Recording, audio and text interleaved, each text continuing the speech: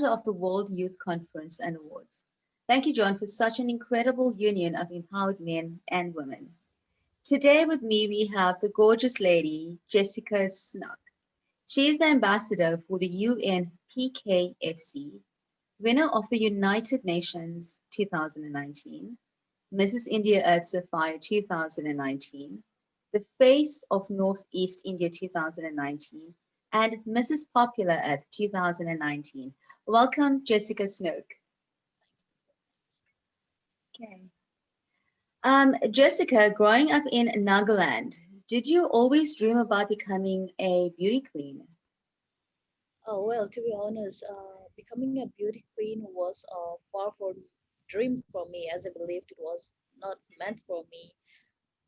Yeah, like when you are a kid, everybody basically every child dreams to become every girl child. I mean, we dream on becoming beauty queens or having a crown, tiaras, and something like that. But for me, it was really different because me growing up away from my parents and then like have to face all those hurdles. I never thought that I would be participating, let alone winning the crown. So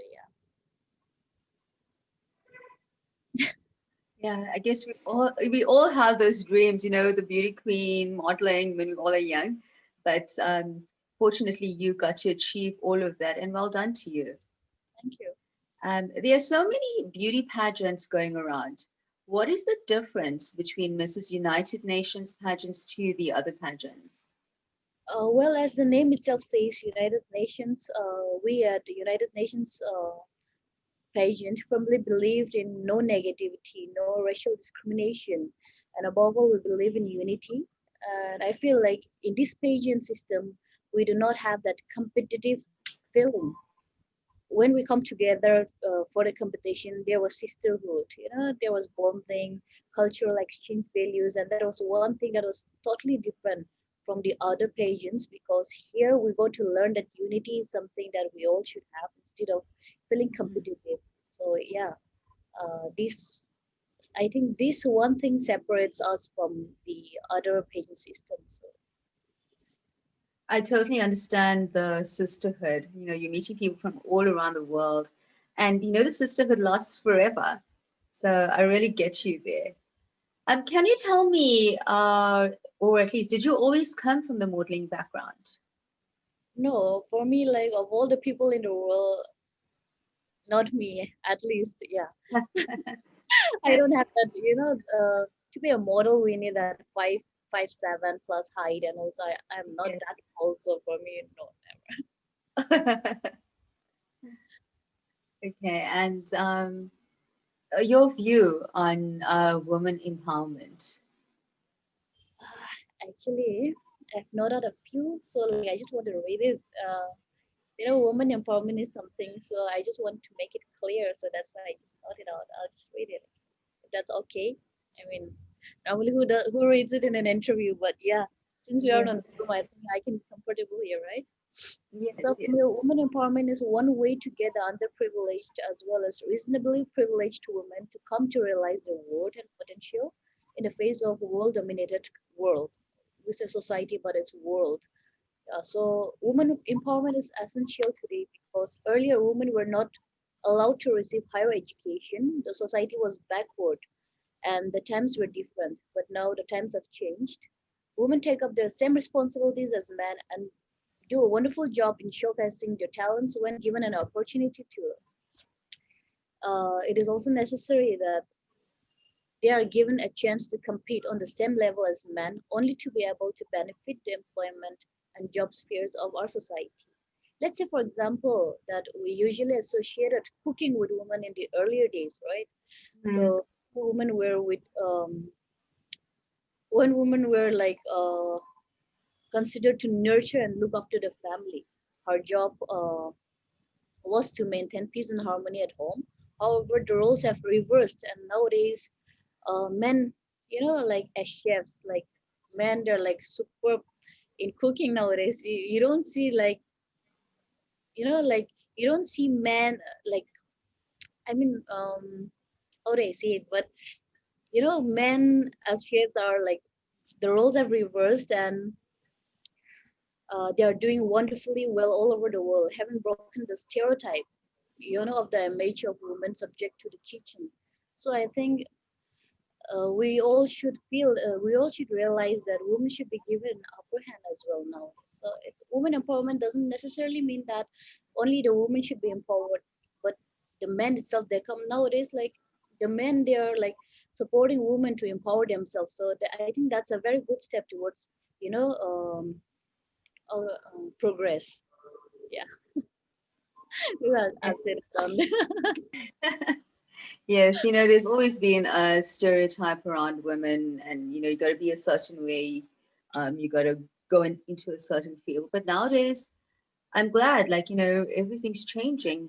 So as women, we need to use every avenue to show ourselves, to use every platform to voice our opinions. So I'm glad we're in this century. The Also, what would you or would we would also like to know your educational background. I've completed my diploma in fashion designing, that's Indo-Western, and I also do have an honors in English literature. So these are the two diplomas that I have so far. Yes. Okay, I'm sure you're not stopping there. The being in pageants, you definitely was amongst women from different cultures and backgrounds. What was the best thing about it? Well, the whole experience was very exciting, but that one thing which will always have a special moment would be the times we shared, our life experiences and cultural Mhm. values, and whatever the experiences we had in our own personal life. So that helped us grow. So that was one thing that will always be special for me. Yes. The Also, the challenges that you had faced. Just tell us a little bit more about the challenges that you had faced in your childhood. Challenges were many, but I'll just make it short. So, like, having to grow up without your parents by your side, it's, I think, the most toughest time of my life. So that was my childhood. Now, like, since I'm grown up, I'm independent. It's not that hard, but still, when you look at, when I look back at my childhood days, I always longed for my parents to be by my side. So yeah, that was the toughest period. Well, it was a tough period, but look at you now. You're a strong woman, so you've accomplished so much. So I'm sure your mom and your dad are so proud of having you. Okay. Um, these platforms have given you an identity, also to voice your opinion on the betterment of society. How do you take advantage of using this to the best of your ability? For me, everywhere I go, every people I meet, I use it to my advantage by explaining how they can help the needy and also to adopt. If I had a chance, and I'll just go under like, because this platform have given me enough to meet people whom I believe that they were very hard to reach back then, because without a Mhm. platform, without that profile, you are unable to meet people. It's not easy to just go and convince people because they do not listen to you if you don't have anything. But since now I have the platform, since I have the profile, I can always go and convince people to either like say, suppose if I had to ask someone to just go and adopt a child, or not only that, but I can always go and tell them that even if you don't want to adopt, why don't you just sponsor a child, right?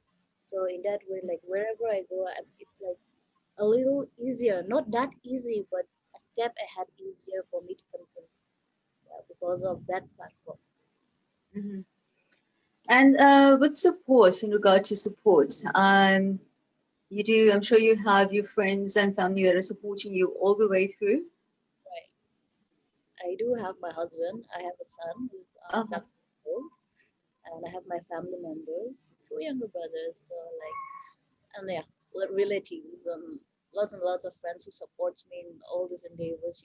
They are like very supportive, and since my family is into the woman empowerment kind, so like everybody is like Yes.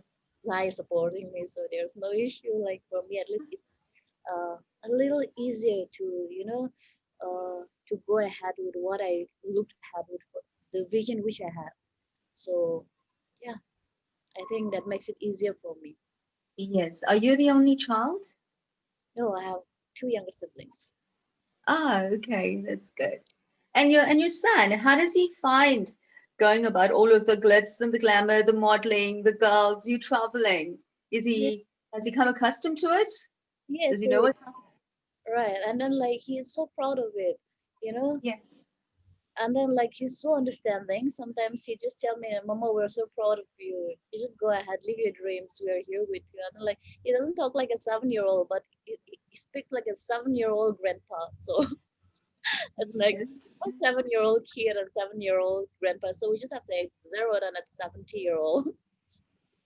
And So and sorry, you were saying? just go ahead. Yeah, so you're quite a busy person. How do you handle all of these pageants, being a mom, a wife, and also your career? How do you balance all of this?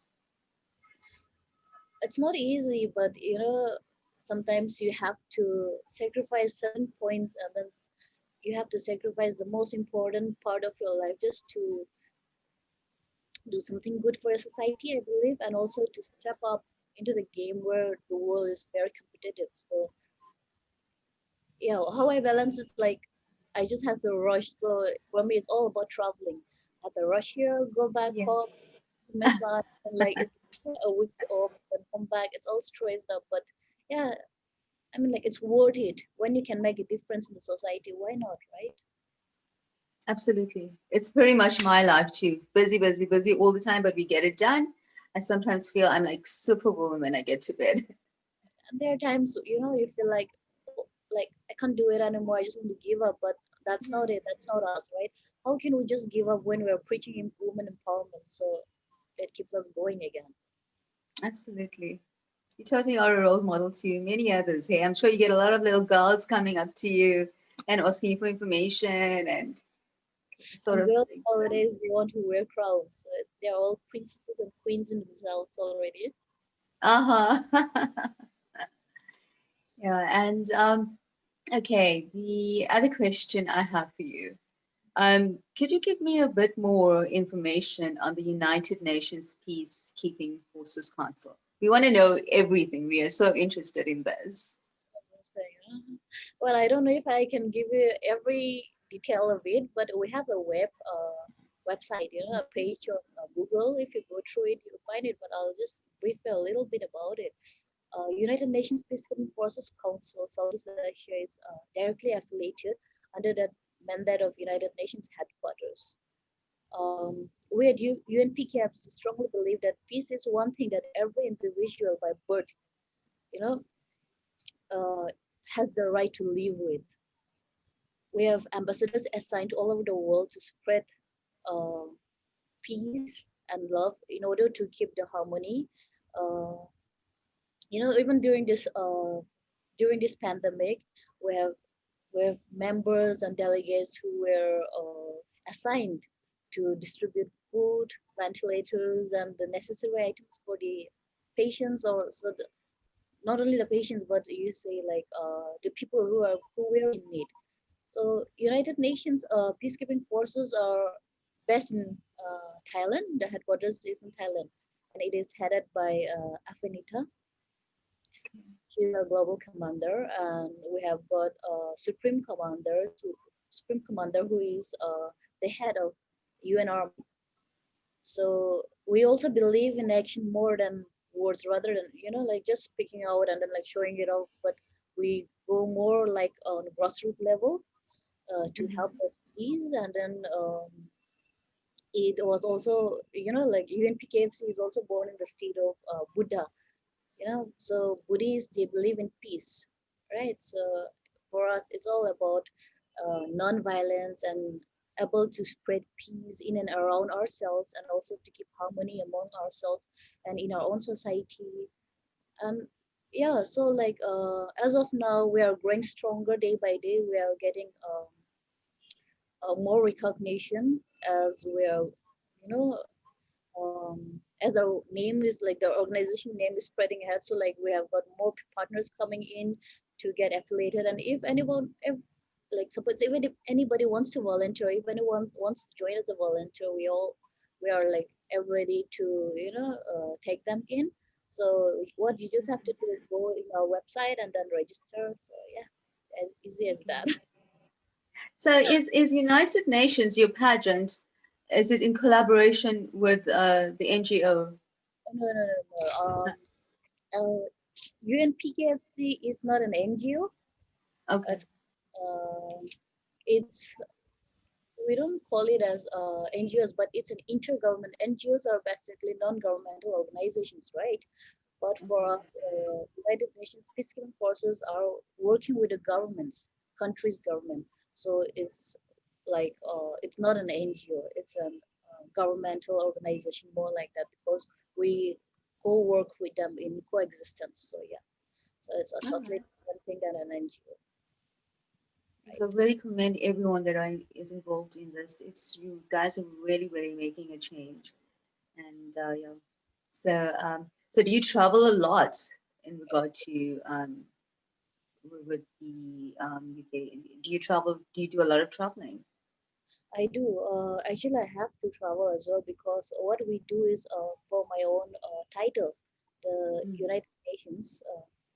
For that itself, I had to travel frequently to countries, but due to this pandemic, I'm unable to travel. As once you win the crown, we are given the opportunity to travel countries, to visit different countries' NGOs, to go and raise funds for the underprivileged, for the orphans, for the sickle cells disease community there, and then like they give us platforms where we are able to go connect with different people and also to groom ourselves in the process to know how people are going through. So yeah, I have to travel for that. But as of now, I'm not traveling. It's just within my own Yeah. country. Are you born in India or did you just go to India at a latter part of your life? No, I was born here. Oh, you're born in India. Okay. So your parents are Indians. My parents are Indians. We are from northeast. It's called the Oh, northern part of India. Um, so we are like the Asians. So if you look at me, you won't say that I'm an Indian because yes. how Yes. people perceive us is like, okay, Indians have that typical look. How they all even in India, like there are people who calls, are you from India? And they themselves they confuse if we're Indians or not. So yeah, it does I, happen. I also, when I had to, when I knew I was going to interview you, I actually thought you were from Thailand. But it also it's easier for me when I visit Thailand. They think, okay, are you Thailand? They'll just start, they start talking to me in Thai. So it's easier for me sometimes, because you don't have to go explain it to them, and you just have to just say no, yes. Ah, so you don't understand the language, right? You don't No, understand Thai language. we don't. I don't. But luckily, I've got plenty of friends who help me through. So yeah, Okay. Which part of and India, which part of India are you from? I'm from the northeast part of India. It's called Nagaland. Oh So yeah, it's Nagaland. in India. I've been And, to Goa. oh, I've been really? to Goa and Mumbai. I'm So those currently are in the two. Mumbai. Pardon? I am currently in Mumbai. All right. Yeah, I came for work. Otherwise, I have my best set up in Goa. Right. Ah, right. So those are my locations that I've also visited. It's very beautiful. It is. Yeah. Jessica, so if you could change one thing in the world, what would it be? My answer would be negativity and greed. I don't want to change it, but if I can remove it, I would remove it totally because I feel like negativity and greed are, these two things are the main cause of everything. If there's no negativity and no greed, then I guess the world would be a safer place, right? Say, like, Mhm. if all that, once you start being negative, all this greed, I mean, like, it's just negativity, I feel, right? That the one thing, if it's removed, then the world would be at peace. I don't know how to explain it. I don't know how to come to terms about it. But yeah, I myself I do have that negativity. I feel it's there in everybody. It's there in everybody. But if I could just change it, I'll just remove that totally from the world, and we would all be happy and maybe more generous. And so no poverty, um, no killings, and a world with at peace. I totally agree with you. You know, negativity is, as you mentioned, it's in everybody. It's just how strong we are to, shift our focus to positivity. Correct. Um, I try to as well. You know, it's hard at times, but you just gotta mentally, calm down and think, that is nothing's really gonna happen if you in that negative zone. So the best thing is to just overcome your challenges and just think on the positive note at all time.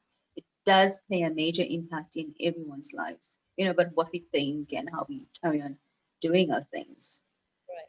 So, what is your um, what is your message to all the women across the world?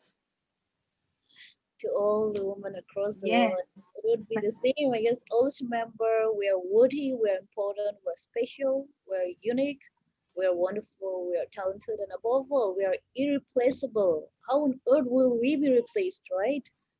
We as Hmm. women are the strongest, I think. So we all should stay positive, stay strong, and everything is going to be all right. That's all it is. I love that. I simply love that. So, what you just said now is absolutely phenomenal. So you're making such a lasting impact around the world. We we have met you and we are very, very proud of you from the IYBC. Also believe that, if we want to make a positive impact, be the change you wish to see in the world. Everyone has the power to make an impact. What we do today can lead to lasting changes. So, with that last note, I would like to thank you, Jessica, for joining us today. And thank you to everyone watching. So, I'm sure we're going to be seeing you soon. So, Jessica, stay blessed. God bless. And yeah, we will see you soon. Thank you very much for having us.